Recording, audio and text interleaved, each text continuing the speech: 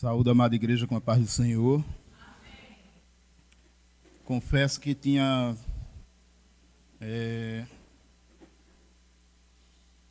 lido em outro livro, nos Evangelhos, né? Para trazer uma palavra sobre o narcisismo, né? Ou aquilo que aquela pessoa que acha que ela é o centro né, de tudo, o centro do universo. Mas foi o dia todo sempre pensando nisso, o tempinho que tinha só, né, querendo ajeitar as coisas direitinho para trazer para a igreja. Aí quando a gente vem no ônibus, aí começa pessoas falando, né? E são palavras que às vezes chamam a atenção da gente. Não que isso tire o foco, né, de a gente se interessar ou se esmerar mais na palavra, né, para trazer para a igreja. Mas é uma coisa que é como se o Espírito Santo tocasse na gente e dissesse, fala disso aí. Né?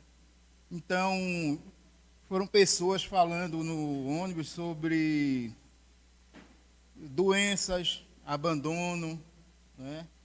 Pessoas que estavam sem esperança. E eram duas irmãs conversando, né, no ônibus, e eu fui pegando aquilo assim. E quando eu chego em casa já atrasado tudo, né, e começo procurando assim para dar uma lida rápida naquilo que eu tinha lido antes, não estava nem encontrando. Aí eu vim para aqui para o livro de Jó. É o capítulo 1 de Jó. A história de Jó todo mundo conhece. Muita gente tem uma ideia de que essa história de Jó seja uma parábola ou alguma história contada só para fazer um certo tipo de enfeite, assim, né? Uma coisa para chamar a atenção só, mas que não tenha sido verdade. Mas essa história realmente aconteceu. E todos sabem, né, dessa história. E eu vou aqui ler junto com os irmãos.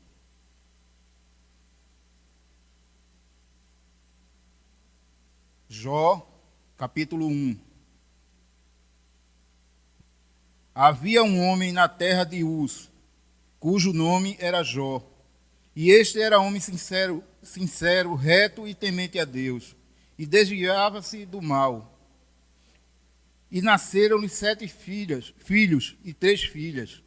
E era o seu gado 7.000 ovelhas e 3.000 camelos, e 500 juntas de boi, e 500 jumentas.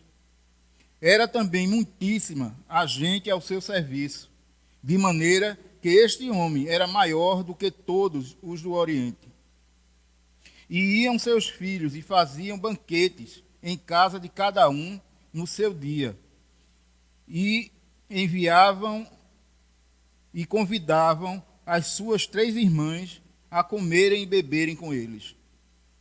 Sucedia, pois, que tendo decorrido o turno de dias de seus banquetes, enviava Jó e os santificava. Enviava Jó e os santificava, e se levantava de madrugada e oferecia holocausto, segundo o número de todos eles, porque dizia Jó: porventura pecaram meus filhos e blasfemaram de Deus no seu coração. Assim o fazia Jó continuamente. E vindo um dia em que os filhos de Deus vieram apresentar-se perante o Senhor, veio também Satanás entre eles. Então o Senhor disse a Satanás: de onde vens? E Satanás respondeu ao Senhor e disse: de rodear a terra e passear por ela. E disse o Senhor a Satanás: observaste tu o meu servo Jó? Porque ninguém há na terra semelhante a ele, homem sincero e reto, e temente a Deus, e desviando-se do mal. Então respondeu Satanás ao Senhor e disse: porventura teme Jó a Deus de balde? Porventura não cercasse tu de bens e de suas mãos abençoasses, e o seu gado está aumentado na terra. Mas estende a tua mão e toca-lhe em tudo quanto tens, e verás se não blasfema de ti na tua face. E disse o Senhor a Satanás: Eis que tudo quanto tem está na tua mão. Somente contra ele não estendas a tua mão. E Satanás saiu da presença do Senhor. E sucedeu um dia em que os seus filhos e suas filhas comiam e bebiam vinho na casa de seu irmão primogênito. Que veio um mensageiro a Jó e lhe disse: os bois lavravam e as jumentas pasciam junto a eles. E eis que deram sobre eles os sabeus, e os tomaram, e os moços feriram a fio de espada. E eu somente escapei para te trazer a nova. Estando este falando, ainda falando, veio outro e disse: fogo de Deus caiu do céu, e queimou as ovelhas e os moços, e os consumiu, e só eu escapei para te trazer a nova. Estando ainda este falando, veio outro e disse: ordenando os caldeus 3 bandos, deram sobre os camelos e o tomaram, e os moços feriram a fio de espada, e só eu escapei para te trazer a nova. Estando ainda este falando, veio outro e disse: estando teus filhos e tuas filhas comendo e bebendo vinho em casa de seu irmão primogênito, eis que um grande vento sobreveio da além do deserto e deu aos 4 cantos da casa, a qual caiu sobre os jovens e morreram, e só eu escapei para te trazer a nova. Então Jó se levantou e rasgou o seu manto, e raspou a sua cabeça, e se lançou em terra e adorou, e disse: nu saí do ventre da minha mãe, e nu tornarei para lá. O Senhor o deu, e o Senhor o tomou. Bendito seja o nome do Senhor. Glória a Deus. Então, aqui retrata bem, né, o que é sofrimento, o que é uma perda de bens, uma perda de status, não é? Um impacto grande na pessoa que abala todas as estruturas, não é? Porque mexeu no financeiro. E Satanás, ele tende a fazer isso. Ele procura um jeito de um pai de família ficar desempregado, ele procura um jeito de botar na frente daquela pessoa saídas, né, que não seja a busca do Senhor, mas sim muitas vezes fazer coisas erradas e desviar-se mais ainda do caminho. Ele mexe também nas estruturas da pessoa quando toca nos filhos. Aí sim, desmorona tudo. Porque qualquer um pode passar quando acontece uma perca de emprego, quando acontece de o armário ficar vazio, quando acontece de acabarem-se roupas para estar saindo, às vezes até para vir ao culto. Muitas vezes acontece esse tipo de coisa e muita gente deixa de vir ao culto porque alegam que não tem nenhuma roupa para vestir, porque vai vir todo mundo com roupa nova e aquela pessoa, não é, usando sempre as mesmas roupas. Tudo é mentira de Satanás, tudo é engano de Satanás, não é? Porque quando a gente realmente vem para a igreja para adorar a Deus, não importa a roupa, não importa calçado, não importa nada. O que importa é o desejo de ouvir a voz do Senhor. Mas o inimigo de nossas almas, ele insiste nisso. Então, quando ele vê que mesmo tirando o emprego, mesmo fazendo aquele pai de família, aquela mãe de família se sentir envergonhado de estar frequentando alguns lugares por conta de vestimentas, por conta de alguma coisa desse tipo assim. Às vezes é um creme que não tem para botar no cabelo, às vezes não tem condições de pintar uma unha. Então diz: eu não vou estar no meio das irmãs, as irmãs tudo chique, eu desse jeito não vou. E isso vai passando o tempo e a pessoa vai se distanciando, entristecendo, chegando ao ponto até de dizer: meu desejo é estar na casa do Senhor, mas Ele não me dá condições para isso. Misericórdia mesmo. Então, quando a gente é tocado pelo Espírito Santo de Deus e a gente supera esse tipo de impasse que Satanás bota na nossa vida, então ele procura mexer com a estrutura familiar.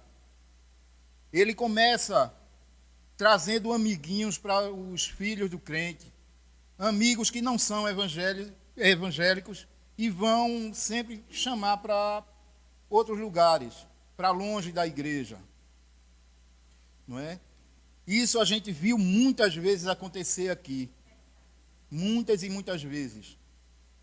Muitas vezes os adolescentes tinham o prazer, tinham aquela vontade de chamar os amigos da escola para trazer para a igreja, e vinham. Só que dali era como se fosse uma troca. Eles vinham pelo convite do crente, mas também queria que depois o crente fosse para o convite deles ao terminar o culto. E isso é estratégia de Satanás, para ir tirando do caminho. Então começa essa troca. Vamos para a igreja, depois a gente vai para onde tu queres. E aí começa depois sentindo mais interessante aquele outro lugar do que a igreja. E tudo vai acontecendo. Mas chega um momento que aquele crente que uma vez experimentou ouvir a voz do Senhor, ele volta. Ele não vai levar em conta tudo aquilo que já aconteceu, a falta de roupa, a falta de calçado, não é? O desvio que houve no caminho e passou um tempo fora, mas ele volta para a presença do Senhor. Então, o que é que Satanás faz? Agora ele procura mexer na saúde. Ele procura trazer doenças. Ele procura tocar de um jeito que aquela pessoa não esteja mesmo com condições de estar na presença do Senhor. Com Jó não foi diferente, porque aqui no capítulo 2 é onde a gente vê, né, que de outra vez Satanás vem no meio do povo de Deus, dos filhos de Deus, que aqui quer dizer que os anjos, são os seres celestiais, né, que vinha, e ele veio no meio. E ele pega e Deus novamente fala para ele: observaste meu servo Jó? Né? Mostrando para ele que mesmo em meio a toda dificuldade, mesmo em meio a todas as perdas que houve, Jó continuou sincero perante Deus, fiel. Então, o que é que ele diz? Que pele por pele, né? Então ele já sugere. Toca na saúde dele, toca na pele dele, toca na aparência, né? E Deus permite que ele faça isso, porque tudo só acontece com a permissão de Deus. Satanás, de maneira nenhuma, ele tem poder de mexer com os filhos de Deus. De maneira nenhuma. Mas Deus, muitas vezes, né, em nossas vidas, quando acontecem essas coisas, é permissão de Deus. Ele quer ver até onde vai a nossa fé. Ele quer ver até onde vai nossa sinceridade. Jó chegou a um ponto que, quando perdeu tudo, o que foi que lhe restou? Um caquinho de telha para se coçar. Porque Satanás feriu esse homem de Deus da planta dos pés ao topo da cabeça. Encheu de chagas. Esse homem ficou apodrecendo vivo. Esse homem fedia de um jeito que, de longe, quando a pessoa ia chegando, já sentia o mau cheiro. Chegou ao ponto da esposa dele mesmo dizer, não é? Ainda retens a tua fé? Abandona teu Deus e morre. Que no original também não quer dizer diretamente assim, né? Abandona teu Deus. Mas quer dizer, presta o último culto a teu Deus e morre, entrega a morte. Porque até então também não se tinha essa ideia de vida após a morte, vida no paraíso, vida com Deus. Não é? Descanso eterno com Jesus Cristo. Não tinha ainda essa ideia, não é? Então, o que é que ela disse para ele? Para orar a Deus, encerrar por ali e se entregar à morte. Esquecer, porque não tinha mais esperança, não é? Mas mesmo assim ele a repreende, não é? E ainda lança no rosto dela esse tipo de coisa assim, que quando Deus dá as coisas boas, tu queres, né? E quando vem as coisas ruins, tu fica reclamando. Palavras minhas, viu? Mas é nesse sentido. Então, mesmo assim, chega uma ocasião que Jó começa a falar com Deus, e Jó até diz que a esposa dele, né, não aguentava nem estar perto dele ali, tinha se distanciado, porque não suportava o hálito dele. Ele estava podre, vivo e podre.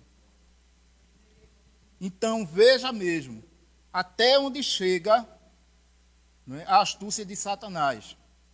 Até onde chega? Chega nos últimos limites. Mas onde há a mão de Deus, há vida. E Jó estava ali, Deus estava ali, e a vida estava em Jó ainda. É como tem o ditado que diz, né? Enquanto há vida, há esperança. Então a esperança de Jó não cessou de maneira nenhuma. Ele continuou fiel a Deus. Para complicar mais ainda a coisa, vieram os amigos dele. E esses amigos, que geralmente a gente espera quando está passando por dificuldade, é receber uma palavra de ânimo, uma palavra de conforto, não é? Uma ajuda, nem que seja um tapinha nas costas, dizendo tem fé em Deus, nem que seja isso, né? Mas foi tudo ao contrário. Esses amigos vieram e começaram a questionar e acusá-lo de pecado, não é? E tanto foi os bombardeios assim, de palavras negativas, né, que Jó chegou até a reclamar também, né? Muitas vezes se diz, Jó não reclamou, ele reclamou. Teve momentos que ele estava no desespero, né? Ele também era humano. E quem não se desespera? Não murmurou, mas ele falou, né, daquela situação. Então, muita gente também critica a mulher de Jó, porque disse isso, abandona teu Deus e morre. Mas ninguém vê também o lado dessa mulher, né? O que ela passou. Se Jó passou por tudo aquilo, a perca de tudo que tinha, dos filhos, ela passou por aquilo também. Não é? Aí muita gente diz, e por que Deus não a matou quando ela disse para ele abandonar Deus? Porque Deus honra com a palavra dele. Não é? E lá em Gênesis mesmo, Deus já disse que deixará o homem, o seu pai e sua mãe, se unirá à sua mulher, e serão os dois uma só carne. Então ela era uma também em Jó. Então Deus não ia matar Jó, porém também não ia matar a mulher dele. Não é? Então, mesmo assim, ela continuou com ele até o fim, mesmo ele passando por toda essa situação. Então a gente vê quando Jó fica não murmurando, mas ele fala porque não estava entendendo o porquê daquilo. Não é? Existia uma cultura naquele tempo que doenças, essas coisas ruins quando acontecia, era pecado, era sinal de pecado. Então, ele não entendia aquilo. E ele falava, chegou até o ponto de dizer que queria até ter um encontro com Deus, se tivesse essa oportunidade para questionar aquilo, perguntar o porquê, né? E Deus se cala, e Deus não fala, que é a pior parte de tudo. A gente pode perder família, a gente pode perder o status que tem, mas quando a gente perde o contato com Deus, a gente perde tudo, não é? Então, os amigos apontando, os amigos acusando, e Deus calado, e Jó querendo respostas, e nada.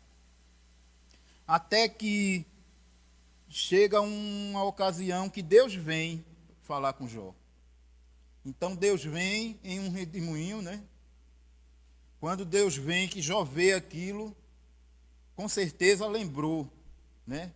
Que foi um vento que derrubou a casa, matou os filhos. Ele disse, pronto, já que matou meus filhos assim, agora vem me matar também. E Deus chega, né, para Jó e diz a ele, para que ele cingisse os lombos, né, para lutar com Deus. É como o camarada dizer, meu Deus, o que é que eu vou fazer agora? Eu já estou nesse estado, estou nessa situação, eu aguento lutar nem com homem, quanto mais com Deus. Só que Deus não queria uma luta braçal, Deus queria uma luta verbal. Deus queria mostrar a Jó que Jó não estava só, que o Todo-Poderoso estava com ele. Ele quis mostrar e mostrou, porque começou a fazer as perguntas a Jó. Não é? E foram 56 perguntas diretas, que até hoje a ciência não sabe explicar. Eles criam situações de alguma coisa para dizer, para não ficar, né, como os que não sabem de nada, mas que só quem pode explicar é o nosso Deus. Então, é quando Deus começa fazendo pergunta e Jó calado. Não é? Deus pergunta e Jó calado, porque não sabe. Tem coisas que Deus pergunta que Jó diz, eu não sabia nem que isso acontecia, que isso existia. Não é? Então Deus, quando diz, já que você não sabe responder nada do céu, vou perguntar da terra. E começa perguntando coisa da terra. E Jó não sabe responder.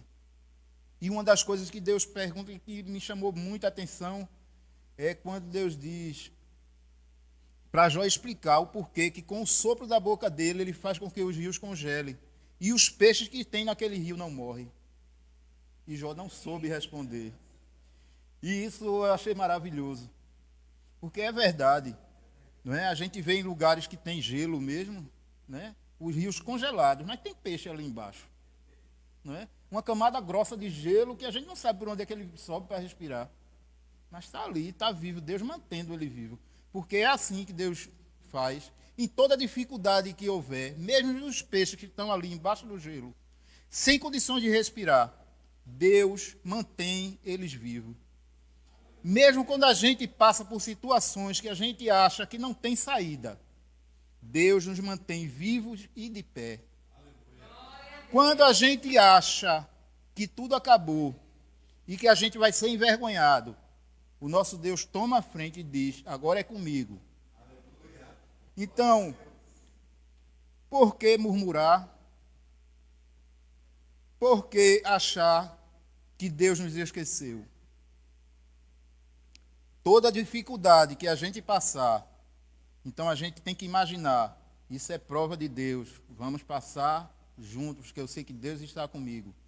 Não é?